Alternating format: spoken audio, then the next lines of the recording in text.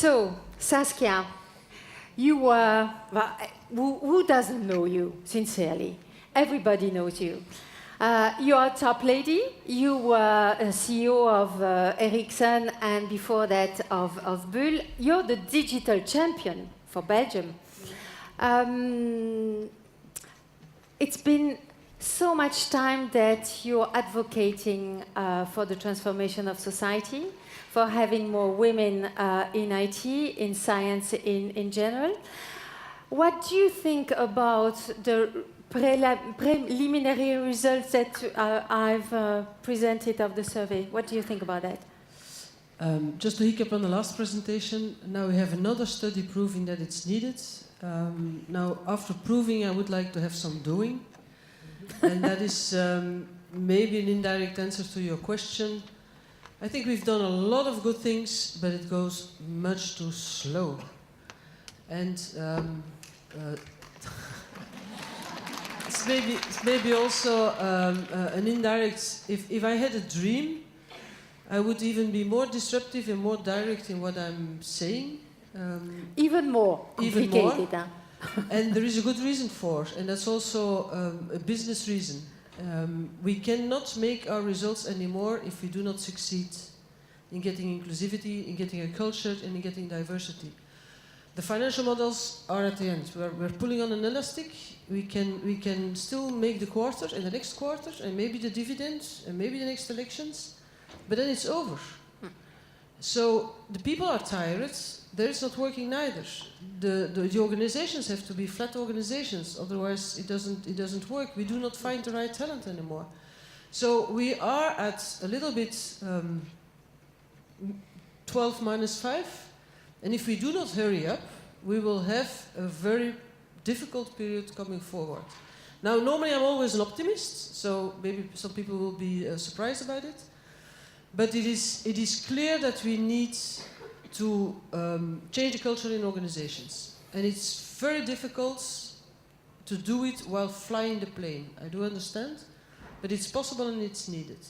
At the other hand, I can only insist that you continue for your next 13 years to make people more CEO of their own life, and women more CEO of their own life, and women more daring to speak up to the men in blue suits and brown shoes. I'm lucky today. It's not because if we do not speak up in a respectful way, then we will not. Who talked about speaking time? Then we will not be listened to. And I think the daring to speak up will make organizations smart, will increase not only the intelligence but also the emotional quotient. And I think that will be the only solution to change drastically our economy without having a war. Without having a war. Because normally, if we have a war, then everything is disrupted and we are obliged to restart. And now we do not have, and let's hope we do not have a war, but it doesn't oblige us enough to start doing things different now. Okay, fine. How did you do that when you were in charge of these two multinationals? How did you do that? Because when we discussed, you were not there. You are part of the steering committee for the survey.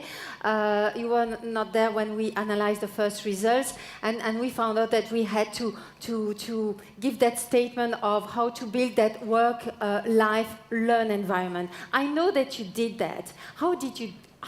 What kind of practices can you share with the audience? So the first word is appreciative understanding. People need to understand that everybody is different, but we need to understand in an appreciative way. And it goes humility. It goes empathic behavior. It goes understanding. I know we do not always agree, but that doesn't put me in a defense mode anymore. I recognize. I appreciate your value adds. You appreciate mine, because that's the liberty of both. And if you can appreciate everybody's difference, that's the first understanding. I do realize you're different, but I accept it. And that's valid in culture, that's valid in generations, that's valid in gender, but that is a critical one. If you do not succeed in changing your culture in a way of appreciative understanding, it's not worthwhile going further. Second point is a little bit what was mentioned also in the last presentation. People need to learn to dare again. I've worked a lot in multinationals. We have created a culture where people do not dare to do anything anymore. They have been punished for taking initiatives. They have been punished to put good ideas on the table. They have been punished to speak up. They're still being punished to speak up, by the way. But anyhow, and that's people say, okay, now I'm going to be laid back. And the average staying period of a CEO, Dominique, some exceptions, are between 3 to 5 years. So, okay, I can survive. And then, so we need to create the dynamic out of the organization. It's what I call the entrepreneurship. People need to dare doing things again and to speak up. And then the last point is you need to make a dream. People, we need to put a flag. Where do you want to go to? And that is not only CEO of your own life. You need to develop your second skill set. I can valorize you as an employee with the competences you have today, but you also need, as a CEO of your own life, to develop your skill set, which will you need tomorrow. And I can help as an employer. I can create an environment, but like I said to the last organization, I've got already 5 kids. I can't take 500 more. And that was also a very tough discussion with the social partners, because they still live in the fact that the employer is responsible for the training of the employees. Sorry, ladies and gentlemen, I cannot make it. So everybody needs to be CEO of their own life and take up what are the competences which I'm going to valorize locally going forward. It's a common responsibility for sure. Patrick Callewaert, you're leading the consulting technology practice in Deloitte, Belgium. And you have said that you have to act as an evangelist in order to have more diversity in your teams, because you had a aha moment that you shared with me with the founder of Salesforce, because Salesforce is at least the founder of Salesforce is really known to have more diversity, and there you understood that performance was directly linked to diversity. So what did you do in order to change? Because consulting companies are very male-oriented environment, not easy like law firms, very, very difficult for women to thrive in. So what do you do as a leader? So, yes, I'm a pure product of, we say, the old style of consultants, and I had the opportunity indeed to meet Marc Benioff something like 10 years ago, and I asked him the question, how do you drive innovation in your very large organization and being so often recognized by a lot of newspapers as the most innovative company? And Marc made me, I would say, a very nice opportunity to say, join us in our office. And I went to their office and I was surprised by how they translate this notion of innovation, creativity in their day-to-day life. When you walk through the different floors and offices they have, you see diversity everywhere. And of course, we start diversity by gender diversity, but it's just not an end state. It's also about gender diversity in terms of background, in terms of nationality. So when I came back to drive indeed the tech practice in Belgium with the ambition at least to double the size of our business a few years ago, we said we have some challenge, and I think all the statistics demonstrate that today we have a challenge in terms of diversity, at least in gender diversity. We were at something like 15% of a woman in our team. And if we look to the challenge we have about becoming, I would say, one of the consultants about digital transformation, we say, okay, what are the key elements of this digital transformation? It's all about data, and we all know that. And my mother is a statistician, so I'm fully convinced that women are much more, I would say, skilled for helping us to cope with this challenge. It's all about putting user experience in the middle. And if 50% or 50+% of the population is composed by women, we need to be sure that we are able to reflect that, not by just having UX designer, the traditional way, but also creating this diversity in our studio and team. And third is about reimagining the business model of the company, how technology will change the way companies are evolving on the market. And to create this innovation, having always the same type of people will not help us. So I really have been inspired by this visit at Marc Benioff's office, and I say, let's open Let's open a discussion. And like you say, it's a different step. So the first step that we have done, and I thank my chief of staff for that, is we make, I would say, a moment where we realize the urgency, the need for change and the urgency. So we make a picture of our leadership, and we realize not only that the gender was not respected, but also the type of profile we had was not correct. So we use the MBTI or the business chemistry to really see that. And then we say, we will drive our change by, I would say, having a more balanced leadership, having a more balanced team to grow our business.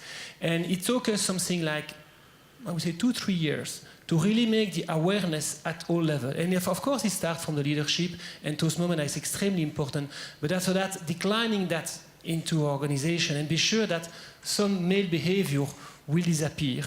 And it's taken a little bit of time. And then, and that's what we are currently busy, we launch plenty of initiatives, because during the moment of awareness, we agree that it's not just a program that we can launch. This is not going about launching this action and then it will be solved. No, it's about launching the movement, being sure that all those initiatives will guide us to a new reality. We are convinced that this new reality is there. We don't know exactly the journey, but we know that we need to launch plenty of initiatives to help our people to be protected, to help our people to find solutions, to help our people to avoid some behavior. And like you said, each of us, we need to be the CEO of this transformation. I don't have the magic formula about this new world. What I have is the power to help the people to take their destiny and move forward with this new new and challenge. the power to lead by example, which is so important. And Dominique, this is how you transformed your organization. You said that, and everybody can agree on that. That the previous your predecessor was completely different. This type of leadership. So you managed to transform the organization thanks to your behavior, lead by example. When I introduced you, I said something about humility. I like that word because humility is really very powerful. I think it's not a weakness, it's very powerful. But okay, so you managed to transform your organization without putting targets, quotas, and so on and so on. But when you will leave the organization, I hope it will be in 20 years' time, but but at a certain point it will happen. So how can you embed that cultural change in order that it can continue? I think it's a good question. I think cultural change, you need to start, but it's success when it is really taken in behaviors. Yeah. And once you have that not as a culture, but as in the behavior of the people and a new way of working, I think then you succeed. And then I can leave and it will stay in the company. I think we are not yet there yet, but we are close to that. And that's why in a journey like cultural transformation, we have, if I can explain in 2 minutes, we have done a lot of different steps. First, starting indeed to have a clear sense of purpose. Where do we want to go? What is the vision? What are the values we want to have? Really doing a lot of exercise about awareness of your behaviors towards others in terms of cultural leadership. Then trying to reinforce that in culture and feedback, and the whole coaching and feedback, and the whole feedback loop is very important because you don't see your behavior and other people sees it. And I always say it's such a pity that when you are grown up, you don't receive feedback anymore. We give a lot of feedback to kids and that helps them to grow. We should continue to receive feedback when we are grown up. So we try to have a culture of feedback. And now we have done recently what we call a reinforcement session, nature-led reinforcement session, where we put people in groups in the nature and they really see how they behave. And it's their own experience in group, and that has helped again to trigger the change from a culture into a real embedded behavior. And so it takes time, it's a journey. I know we have had a discussion about gender diversity and why don't you have quotas and things like that. I can tell you that after our discussion, so you see you have a big influence on me. After our discussion, I went to our HR director and I said, I don't want to put that as a quota, but I think we should have those and we should really monitor them and make sure that we monitor how many women in the leadership team, that we are sure that on every succession plan we have at least one woman, which are stuff that we have. How many women do we hire every year? How many women do we have in our ALD program? And that will now all be monitored. And we have an objective. Exactly. So it's not yet a quota or a target, but it's at least an objective, an ambition. We will monitor it every year. And so, because you tell me, if you are gone, who will do that? And I said, that's probably true. So now it's written, it's in the procedure, it's in the systems, and we will monitor it. So as from last week, we changed that. I think she deserves an applause, absolutely. A tricky question, Alexander, I'm sorry. Huh? But what about inclusion in the Council of Ministers? What about empathy in the Council of Ministers? And what about collective? So it ends with collective intelligence. We need a very IQ in the Council of Ministers in order to help us to go through that such difficult time. What? I agree. And I think that, and I write it in my book quite openly, definitely from an ideological perspective, I felt less at home in the previous government than in the current one. Still, I think that the decision-making system we had was better in the previous one. And one of the reasons was that, I think, in my experience, is that if you take the restricted cabinet, you had women around the table. And the ones around the table were definitely not the easiest ones. I mean, Lorette and Joël are not the easiest persons to discuss with, especially for me. But if I compare it with the current table, which is a male-only table, it's a different discussion. And I think all of us know that. Is it in the decision table of an organization, or it's the school board of your kids? We all know that if you have only men around the table, or you have a mixed table, it's a different discussion.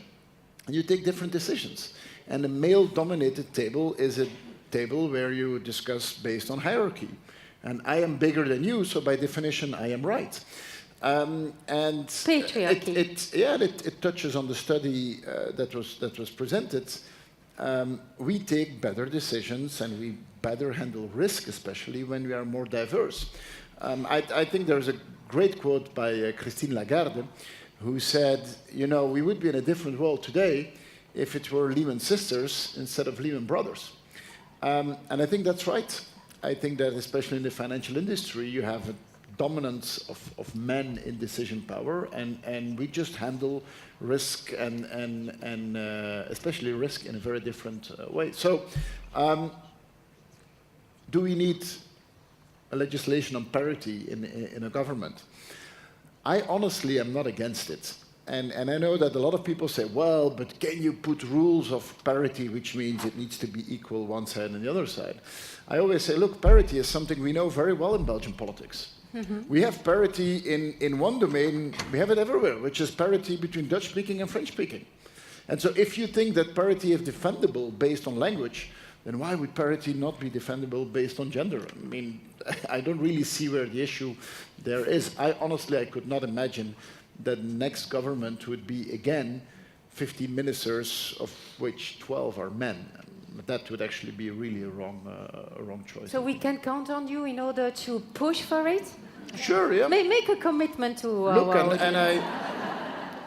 Sure, and I mean, I'm not here to speak pure politics, but if I just look in my own party, and you take the leaders of the different lists, we've made a tremendous step forward. Yes. And we've taken a step forward because my party president and I said, this is what we need to do.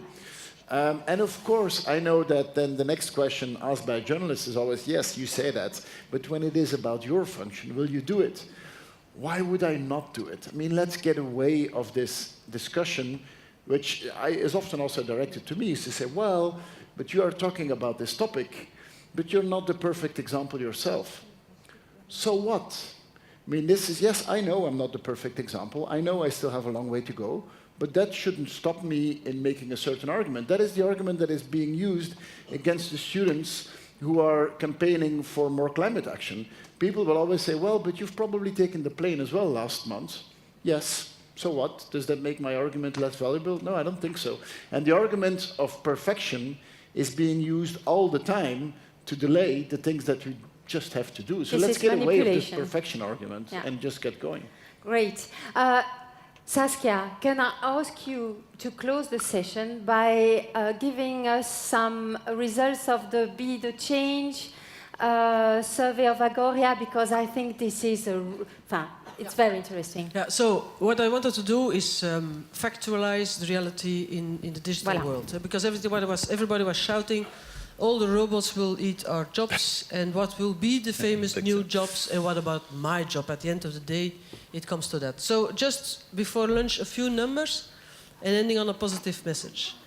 For every job we would disappear in Belgium, we will create 3.7 more jobs. So we have just taken into consideration what we know today. We didn't create any assumptions to go into the future.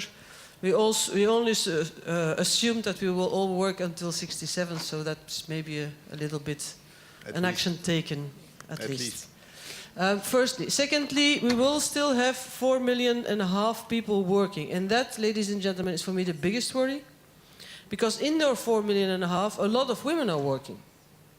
And as I'm saying, 65% of the content of the jobs will change if we are not capable of creating very fast a culture of lifelong learning in our organizations. We have a risk that we will have a lot of women losing their job, not being ready to take up other opportunities. And that's the good thing is that there is a law now being voted that for good governance we can not only focus on financial results, but we should also focus on societal results. It's not really clear how it can be interpreted, but as being a board member of a few companies, it also gives me an additional argument to ask for where is your culture on lifelong learning in order to keep all active women as long as possible actively on the market. Then we will still have 310,000 employees, unemployed people, which we really need to give a full training. But even if we do that correct, you have to know that we will have 0.3 students coming from the education system. Supposing they all have all the right skills, so they all went to school 19, we need 0.9. So we have already on the inflow of young people, we do not have enough. So we need everybody actively on the market. And if we do all that correctly, we will still have 584,000 jobs not filled in. So we need to use the momentum of automating processes of yesterday, where everybody is trying to push them back as fast as possible. We need to automate faster now in order to limit that amount. But the good news is, if we do all that right, then we create an additional economic value for Belgium of 95 billion euro. So the good news is there is a future for Belgium. The better news is we do not only need hard skills. We need people who dare to change. We need people who dare to be disruptive. We need people who dare to think outside of the quarters and the dividend and the next elections. We need people who can bring a virtual team together in order to bring diversity in the creativity of the ideas. We need people who create a new ecosystem and build out with new partners. And let all that be female competences. So ladies, there is a bright future in the digital transformation in which we can realize a fantastic and economic value for Belgium. Thank you so much. So, ladies and gentlemen, be the change maker, because this is about the message. Be not only women, but men, because I'm sure you can reach the level of emotional intelligence as women have. It's only because we were trained to care for others. We were expected to do so for thousands and thousands of years, so we are pretty well trained. But man, it's your turn now to do that too. So be the change makers, and as change makers, you need to have some food in order to be full of energy for the session at 2. Bye-bye.